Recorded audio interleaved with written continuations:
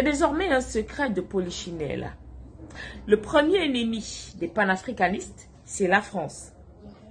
Cette France-là, aujourd'hui, qui est vomi, rejetée, j'ai envie de dire beauté en touche, notamment en Afrique, plus précisément en Afrique de l'Ouest et encore plus précisément dans les États du Sahel.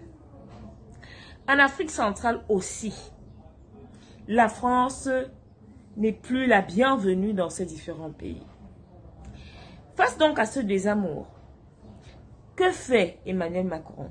Le gars se tourne vers la corne de l'Afrique. Il était à Djibouti, puis il s'est rendu chez le prix Nobel de la paix, le premier ministre éthiopien, Abiy Ahmed. Un double voyage qui s'inscrit donc dans un contexte de défiance croissante envers la présence française dans le continent africain. Les pertes drastiques et stratégiques que la France a enregistrées depuis la rupture avec les pays du Sahel. Et aujourd'hui, le Tchad qui rentre dans la danse. La République centrafricaine également. Il faut trouver une solution. Et Macron pense avoir trouvé cette solution qui n'est autre que la corne de l'Afrique. Vous allez me dire, mais pourquoi Djibouti? Attention, cette France avait fait du continent africain sa chose. Hein? À Djibouti, ils ont une base française. Alors, il faut resserrer les liens. Il faut être sûr que Djibouti ne va pas également se lever un matin et dire rupture, fin des accords de défense. Les Français, pliez bagages, partez. Vous avez 3 semaines pour partir. Vous avez 1 mois pour partir.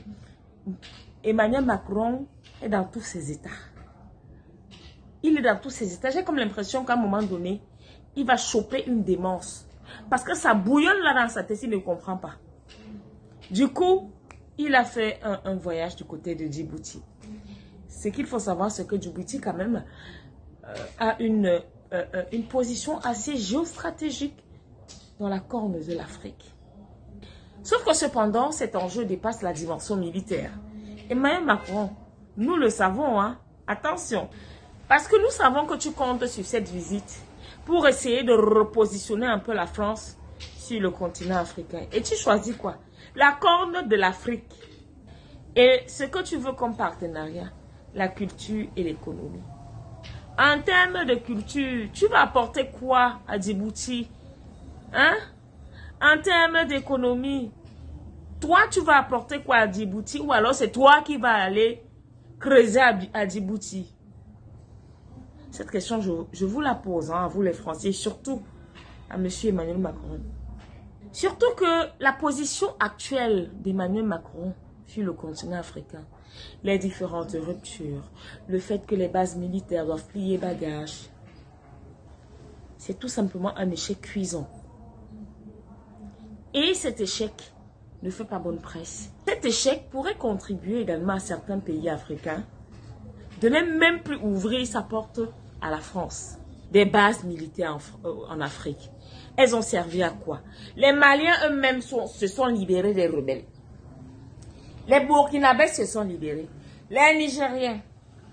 Le Tchad dernièrement a massacré Boko Haram. La République centrafricaine aussi aujourd'hui est sécurisée. Mais les bases françaises là font donc quoi sur le continent africain? Il faut libérer. C'est un échec cuisant que vous allez traîner toute votre vie, Monsieur Emmanuel Macron.